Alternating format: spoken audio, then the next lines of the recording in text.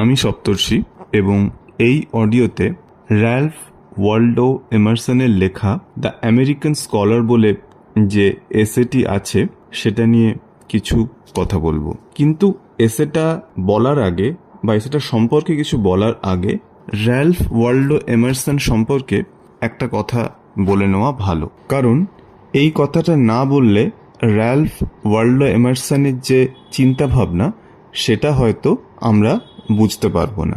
Ralph Waldo Emerson একটা movement বা একটা চিন্তাভাবনার সঙ্গে যুক্ত ছিলেন, সেটার নাম হচ্ছে ট্রান্সেন্ডেন্টালিজম।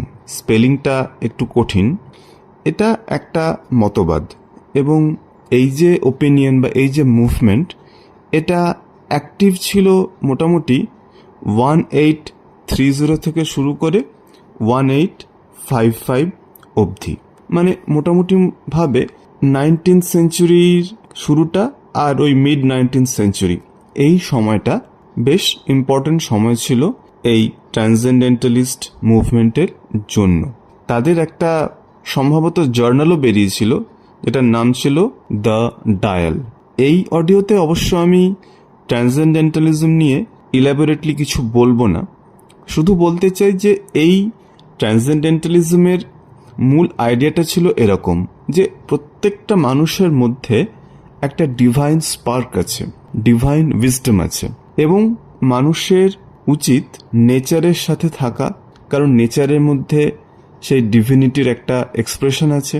মানুষের উচিত কোন একটা পার্টিকুলার ইজমে বা একটা পার্টিকুলার মতবাদে ঢুকে না গিয়ে ইন্ডিপেন্ডেন্ট থিঙ্কিং করা, এবং তুমি যদি ঈশ্বরকে পেতে চাও কোনো চার্চের সে অর্থে প্রয়োজন নেই, তুমি নিজেই তোমার চিন্তা ভাবনা দ্বারা ঈশ্বরের সাথে কানেক্ট করতে পারবে, ইনফ্যাক্ট গোটা ইউনিভার্সের সাথে কানেক্ট করতে পারবে।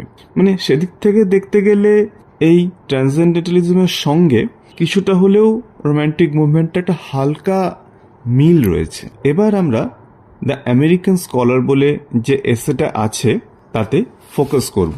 এটা কিন্তু প্রথমে ঠিক এসে আকারে পাবলিশড হয়নি, এটা একটা স্পিচ হিসেবে ডেভেলপ করা হয়েছিল, ডেলিভার করা হয়েছিল। আমেরিকাতে একটা সোসাইটি আছে, তার নামটা বেশ মজার, ফি বেটা কাপ্পা সোসাইটি। তো এই সোসাইটিটা বেসিক্যালি যারা খুব ব্রিলিয়েন্ট স্টুডেন্ট, যাদের মার্কস খুব ভালো, তাদের জন্য এই সোসাইটিটা করা হয়েছিল।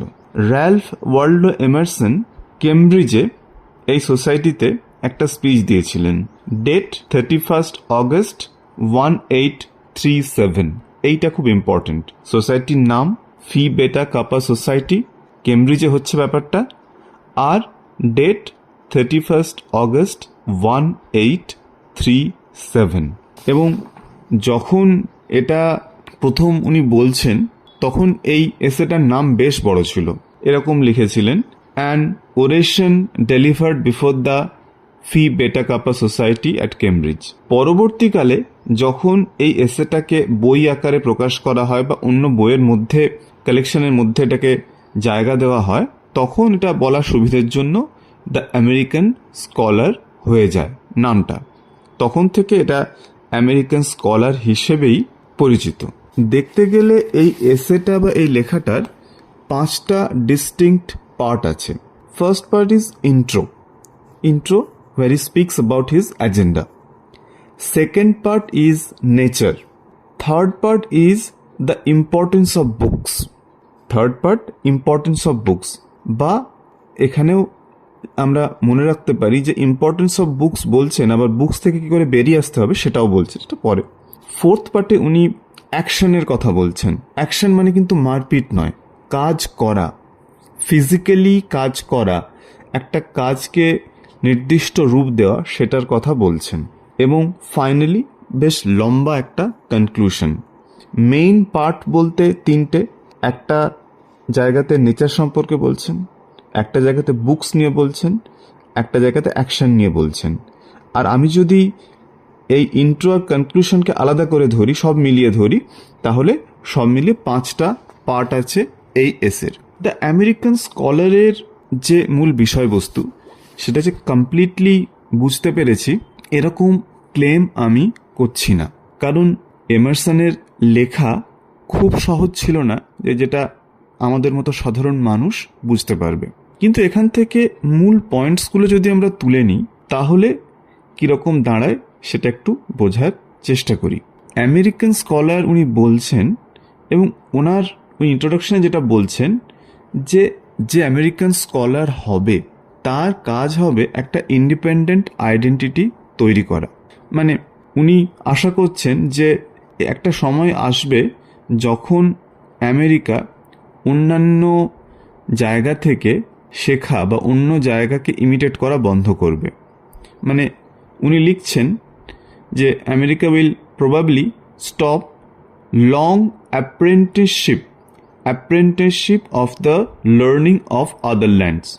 অ্যাপ্রেন্টিসশিপটা তারা বন্ধ করবে, মানে অন্য জায়গা থেকে ইন্সপায়ার হওয়ার যে কালচার সেটা বন্ধ করবে। তারপরে উনি বলছেন যে একটা এনশিয়েন্ট ফেভেল আছে, যেখানে বলা হয় যে মানুষ একটাই, মানুষের কনসেপ্ট, কিন্তু তারপরে মানুষের অনেক ডিভিশন চলে এলো। কেউ ফার্মার হলো, কেউ প্রিস্ট হলো, কেউ পলিটিশিয়ান হলো, কেউ সোলজার হলো। তা এটা করতে গিয়ে অনেক সমস্যা হচ্ছে যে প্রত্যেকটা মানুষই নিজের প্রফেশনের বাইরে আর কিছু ভাবছে না, যে তার যে একটা বড় রোল থাকতে পারে সেটা নিয়ে কিন্তু তার মাথা ব্যথা নেই। উনি মনে করছেন যে প্রত্যেকটা মানুষেরই তার যে স্পেসিফিক প্রফেশনাল স্কিল তার বাইরে বেরোনো উচিত, না হলে কিন্তু সে এই জায়গাটা থেকে বেরোতে পারবে না। একটু থিঙ্ক বিয়ন্ড তো করতেই হবে। এবং এই ইন্ট্রোডাক্টরি সেকশনটা থেকে বুঝতে পারি যে এমারসন গ্রিক লিটারেচার বা গ্রিক ফিলোসফিটা গুলে খেয়েছেন। উনি একজন গ্রিক ফিলোসফের কথা বলছেন, তার নাম বেশ অদ্ভুত, এপিসেক্টাসও বলা যেতে পারে বা অন্য কিছু। তো এই এপিসেক্টাস বলে যেই গ্রিক স্কলার আছেন, ওয়ান্স অ্যাগেন আমি জানি না যে এই প্রনাউন্সিয়েশনটা আমি ঠিক করছি কিনা। তো উনি বলছেন যে all things have to handles, beware of the wrong one. মানে যে কোনো জিনিসেরই ভালো খারাপ আছে, খারাপটা থেকে আমাদেরকে সাবধানে থাকতে হবে। এই জিনিসগুলো উনি বলছেন। গ্রিক লিটারেচারের বা ফিলোসফির রেফারেন্স কিন্তু ওর লেখায় বারবার আসছে। এবং উনি বলছেন যে দেখুন, একজন ট্রু স্কলার আর এমনি স্কলারের মধ্যে তফাৎ আছে। সাধারণ স্কলার তো যে কেউ হতে পারে, যে একটা নির্দিষ্ট পথে গিয়ে পড়াশুনো করে, কাজ করে, কথা বলে, এই একটা বাঁধা ধরা পথ রয়েছে, এবং সে প্রচুর পড়াশুনো করে বই মুখস্থ করে স্কলার হয়। কিন্তু তার বাইরে স্কলার হওয়ার রাস্তাটা কোথায়? শুধু কি প্রচুর বই পড়লেই স্কলার হওয়া যায়? এই প্রশ্নগুলোর উত্তর উনি দিচ্ছেন, এবং উনি 3টে ফ্যাক্টরের কথা বলছেন, যেই ফ্যাক্টরগুলো একজনকে স্কলার করে বা একজনকে স্কলার করে না। যেমন বলেছিলাম যে প্রথম সেকশনে উনি বলছেন, প্রথম সেকশনের কথা বলছে এখন, উনি নেচারের কথা বলছেন। উনি বলছেন যে নেচারের মধ্যে কিন্তু সবকিছু রহস্য লুকিয়ে আছে। অফকোর্স নেচার থেকে তুমি কিছু সায়েন্টিফিক ট্রুথ পাবে, কিন্তু তার সাথে তুমি ইউনিভার্সাল স্পিরিচুয়াল একটা আইডিয়া পাবে, যেটা কিন্তু তুমি শুধু বইয়ে পাবে না। সুতরাং প্রত্যেকটি স্কলারেরই উচিত যে নেচারের সাথে ক্লোজ কন্ট্যাক্টে থাকা।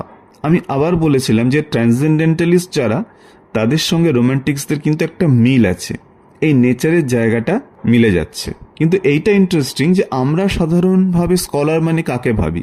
যে মানুষটা প্রচুর বই পড়েছে, যে মানুষটা প্রচুর বই লিখেছে। কিন্তু প্রথমেই উনি স্কলারের যে স্টিরিওটিপিক্যাল আইডিয়া, যে একটা মোটা চশমা থাকবে, সে লাইব্রেরিতে বসে পড়াশুনো করবে, সে বড় বড় থিসিস লিখবে, সে বড় বড় বই লিখবে, সে বিভিন্ন জায়গায় পেপার প্রেজেন্ট করবে, সেই আইডিয়াটাকে উনি চ্যালেঞ্জ করছেন। উনি বলছেন যে he or she must be grounded. সে নেচারকে ভালো করে বুঝবে, না হলে সে এগোতে পারবে না। এবং বুঝতে হবে যে এমারসন একজন ট্রু স্কলারের কথা বলছেন। উনি কিন্তু অ্যাভারেজ স্কলার, যেগুলো যারা কলেজ ইউনিভার্সিটি থেকে প্রতিনিয়তই বেরোন, তারা কিন্তু ট্রু স্কলার হচ্ছে না এমারসনের হিসেবে। মানে আমি এই মুহূর্তে একটা এক্সাম্পল দিয়ে বলতে পারি যে স্বামী বিবেকানন্দ, উনি স্কটিশ চার্চ কলেজে পড়াশুনো করেছিলেন এবং ওনার রেজাল্ট কিন্তু আহামরি কিছু হয়নি। কিন্তু স্বামী বিবেকানন্দের মতো ফিলোসফার কজন রয়েছে? তিনি কিন্তু নেচার থেকে, মানুষজনের থেকে অনেক কিছু শিখেছেন। অথচ বিবেকানন্দকে ঠিক স্কলার আমরা ওইভাবে বলতে পারি না টেকনিক্যালি, কারণ উনি তো কোনো কলেজে পড়াতেন না। উনি তো সেভাবে বই লিখেছেন, কিন্তু রাইটার বলে তো তাকে কেউ চেনে না। আমি এটা এক্সাম্পল দেওয়ার জন্য বললাম। আমি এটা জানি যে এমারসন থেকে বিবেকানন্দ অনেক দূরে, বা এমারসনের এই লেখালেখির অনেক পরে বিবেকানন্দ আসছেন। তা সত্ত্বেও এই জিনিসটাকে বোঝানোর জন্য বললাম। উনি ওনার লেখার সেকেন্ড সেকশনে বলছেন বই সম্পর্কে, এবং বই নিয়ে আমাদের যে একটা টিপিক্যাল আইডিয়া আছে সেটাকে ভেঙে চুরে দিচ্ছেন। আমরা, এ মানুষটা অনেক বই পড়েছে, তাহলে একজন স্কলার নিশ্চয়ই। ওই ডাক্তারবাবুর বাড়িতে দেখলি কত বই আছে, ওই লয়ারের বাড়িতে দেখলি, ওই সিএর বাড়িতে দেখলি কত জার্নাল, নিশ্চয়ই খুব পণ্ডিত মানুষ। বুকস ইম্পর্ট্যান্ট, এটা কোনো সন্দেহ নেই, কিন্তু ইনডিসক্রিমিনেটলি পাগলের মতো বই পড়তে হবে তাহলেই তুমি স্কলার হবে, এই ব্যাপারটা কিন্তু নয়। এবং এটাকে উনি খুব সুন্দরভাবে অ্যানালাইজ করছেন। এর আগে আমরা ফ্রান্সিস বেকনের অফ স্টাডিজ পড়েছি। উনি ওখানে বলছেন যে সব বই কিন্তু ইম্পর্ট্যান্ট নয়। আর এখানে কি বলছেন, এই বুক সেকশনটা আমার কাছে কিন্তু দারুণ ইন্টারেস্টিং লাগে, যে books are the source of knowledge. এখনও তাই মনে হয়, কিন্তু আমার মনে হয় যে এই বই পড়ার ক্ষেত্রে একটা কোথায় ফিল্টার হওয়ার প্রয়োজন আছে। ফিল্টার হওয়া মানে যে আমি যাই বই দেখলাম সেগুলো কিনে ফেললাম, বইয়ে লেখা আছে মানেই সেটা অ্যাবসলিউট ট্রুথ বলে বিশ্বাস করতে শুরু করলাম, এটা মনে হয় ঠিক নয়। এমারসন আমাদের রাস্তা দেখাচ্ছেন। উনি কি লিখছেন প্রথমে? The next great influence into the spirit of the scholar is the mind of the past. একজন স্কলারের ক্ষেত্রে তার আগে কি হয়ে গেছে সেটা খুব গুরুত্বপূর্ণ। In what ever form, weather of literature, of art, of institution, that mind is inscribed. Literature হতে পারে, আর্টে হতে পারে, সেটা ঠিকই যে বই খুব গুরুত্বপূর্ণ। আগে কি ঘটেছে সেটা তুমি বই থেকেই জানতে পারবে। যে কোনো স্কলারের উচিত আগের সময় যারা পাস্টে যারা পণ্ডিত ছিলেন, স্কলার ছিলেন, তাদের বই পড়া বা জানা। এই জানার রাস্তা হচ্ছে বই পড়া। কিন্তু এখানে একটা ভুল আছে, যেটাকে উনি বলছেন খুব মজা করে, মিসচিফ আছে, দুষ্টুমি আছে। কিরকম? যে আগে লেখা বইগুলোকে যদি আমরা পারফেক্ট ভেবে নিই এবং মনে করি যে ওগুলো গসপেল ট্রুথ, তাহলেই বিপদ। কারণ পাস্টের লেখকরা যেগুলো লিখেছেন তারাও একসময় ইয়াং ছিলেন, এবং তাদের লেখার মধ্যে তাদের আগের যে রাইটার এসেছেন সেই রাইটার্সদের অনেকটা ইনফ্লুয়েন্স থেকে গেছে। সেটাকে মাথায় রাখতে হবে। এই জিনিসটা বোঝাচ্ছি। আমরা যারা ইংলিশ লিটারেচার নিয়ে পড়ি, আমাদের বলা হয় যে ট্র্যাডিশনাল ক্রিটিক হিসেবে টি.এস. এলিয়ট তো খুব বিখ্যাত পোয়েট, তার সাথে উনি একজন বিখ্যাত ক্রিটিকও, এবং তার লেখা মেটাফিজিক্যাল পোয়েট্রি নিয়ে লেখা essay, tradition and individual talent, Hamlet and his problems, এ সমস্ত আমরা খুব মন দিয়ে পড়েছি, সেগুলোকে ঠিক বলে মনে করেছি। কিন্তু আরও অনেক পরে উনি একটা লেখা লিখলেন, টু ক্রিটিসাইজ দ্য ক্রিটিক। উনি নিজেকে নিজে সমালোচনা করছেন। উনি বলছেন যে আমি ওই সময় লিখেছিলাম কারণ হয়তো আমি অতটা ম্যাচিওর ছিলাম না, হয়তো আমি কোনো কিছুর দ্বারা ইনফ্লুয়েন্সড হয়েছিলাম। এই জিনিসটা বোঝা ভীষণ দরকার। তুমি স্কলার হও বা না হও, মানে ধরে নাও তোমার বাবা একটা কথা বলেন, সেই কথাটা তিনি তার অভিজ্ঞতা থেকে বলেন, তার বাবা তাকে শিখিয়েছে, কিন্তু তোমার লাইফের কনটেক্সটে সেই কথাটা ঠিক হতেও পারে আবার নাও পারে। এমারসনের লজিকটা কি? যে তুমি 100 বার বই পড়ো, কিন্তু এটা বুঝবে যে তোমার আগে যারা লিখে গেছেন তারা কিন্তু তাদের যে আগের রাইটার তাদের দ্বারা কোনো না কোনোভাবে ইনফ্লুয়েসড হয়েছেন। সে ইনফ্লুয়েন্স থেকে মুক্ত কেউ হতে পারেন না। যেমন যেটা এমারসন বলতে চাইছেন, তুমি যদি সত্যি স্কলার হতে চাও তোমাকে এই ইনফ্লুয়েন্সের বাইরে বেরোতে হবে। You have to be an independent thinker. Influence থেকে ফ্রি হতেই হবে। এবং উনি কি সুন্দর লিখছেন, বাট জিনিয়াস লুকস ফরওয়ার্ড। তুমি যদি সত্যি জিনিয়াস হও তুমি সামনের দিকে তাকাবে। The eyes of man are set in his forehead, চোখ সামনের দিকে থাকে, not in his hind head, পেছনের দিকে থাকে না। Man hopes, genius creates. সুতরাং এখানে উনি খুব ক্লিয়ারলি বুঝিয়ে দিলেন যে সমস্যাটা কোথায়, যে তুমি বই পড়ো কিন্তু তার সাথে তোমার ইন্ডিপেন্ডেন্ট চিন্তাভাবনাটাও রাখা উচিত। উনি বলছেন যে প্রত্যেকটা জেনারেশনের উচিত নিজের মতো করে বই লেখা।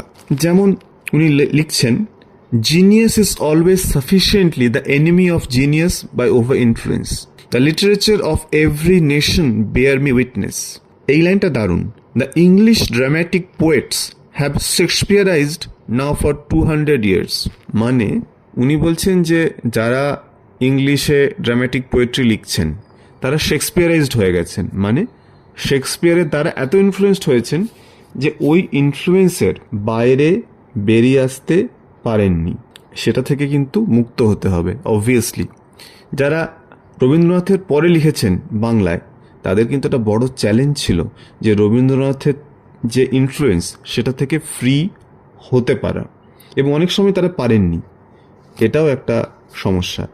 এবং তার সাথে সাথে তিনি আরও কিছু ইংলিশ পোয়েটসদের নাম বলছেন, যেমন চসার, ক্যান্টারবারি টেলসের চসারের কথা বলছেন, অ্যান্ড্রু মার্ভেলের কথা বলছেন, জন ড্রাইডেনের কথা বলছেন, যে তাদের লেখা কিন্তু এখনও ভীষণভাবে ফ্রেশ আর মডার্ন। এবং এমারসন একই কথা বলছেন যে আমি বইকে আন্ডাররেট করছি না, কিন্তু কি করতে হবে আমাকে? One must be an inventor to read well.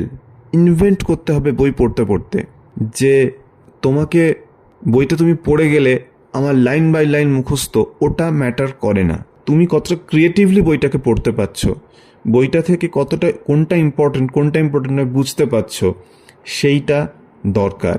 Smart রিডিংয়ের কথা বলছেন এখন, যেটাকে আমরা স্মার্ট রিডিং বলি। উনি একটা প্রভাবকে কোট করছেন। উনি বলছেন যে he that would bring home the wealth of the Indies must carry out the wealth of the Indies. Knowledge শুধু কাঁধে করে বয়ে নিয়ে গেলে চলবে না, তোমাকে নলেজটাকে ঠিকঠাক করে ইউজ করতে হবে। তুমি প্লেটো পড়তে পারো, শেক্সপিয়ার পড়তে পারো, বড় রাইটার, স্টলওয়ার্ডস, কিন্তু ওখানে অথেন্টিক জায়গাটা কোথায়, অথেন্টিক আটারেন্স, এই শব্দটা উনি উচ্চারণ করছেন, সেটা কোথায় তোমাকে সেটা বুঝতে হবে, সেইটা তোমাকে অ্যাকসেপ্ট করতে হবে, সেটা তোমাকে গ্রহণ করতে হবে। থার্ড স্ট্যান্সাটা খুব ইন্টারেস্টিং, যেটার আমি নাম দিয়েছি অ্যাকশন। অ্যাকশন মানে কাজ, এবং এই জায়গাটা আমার কাছে খুব ইন্টারেস্টিং। ওই যে স্কলার মানে কীরকম হবে, সে আনফিট হবে, তার একটা চশমা থাকবে, সে শুধু বই পড়বে ঘাড় ঝুঁকিয়ে এবং সারাদিন নোটস নেবে, তাকে শুধু লাইব্রেরিতে দেখা যাবে।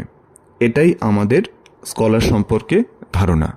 তাকে কোনো ফিজিক্যাল লেবারের কাজ দিলে সে বলবে না না না আমি করব না, সে জায়গাতেই যাবে না, সে ফিলোসফিক্যাল কথাবার্তা বলবে। উনি বলছেন এই আইডিয়াটাকে চেঞ্জ করতে হবে। উনি বলছেন দেখুন, স্কলারদের সম্পর্কে বেশ কিছু টিপিক্যাল আইডিয়া আছে, যেমন স্কলার মানে রেক্লিউস, সে কারো সঙ্গে মিশবে না, সে একা গোমড়া মুখে পড়াশুনো করবে এবং লিখবে। বা সে হবে ভ্যালিটিউডিনারিয়ান। এই ভ্যালিটিউডিনারিয়ান কথাটা কিন্তু আমি নিজেও জানতাম না, আমি এখানে এসে শিখেছি। ভ্যালিটিউডিনারিয়ান মানে হচ্ছে one who is always concerned with their health and sickness. খালি শরীর খারাপ গেল ব্যাপার, এরকম একটা ব্যাপার। তো উনি মনে করছেন যে একজন স্কলার মানে লোকে ভাবে সে রেক্লুস হবে, নয় সে ভ্যালিটিউডিনারিয়ান হবে, মানে এই গেল করবে সবসময়, শরীর শেষ হয়ে গেল, এবং তারা প্র্যাকটিক্যাল একদম হবে না। ইনফ্যাক্ট যারা ক্লার্জি, যারা ধর্ম নিয়ে থাকেন, তাদের তো এফিমিনেট ভাবা হয়, কিন্তু উনি বলছেন এটা একদম ভুল ধারণা, যে একজন স্কলারের উচিত অ্যাকশানে মন দেওয়া। অ্যাকশন মানে কাজে মন দেওয়া।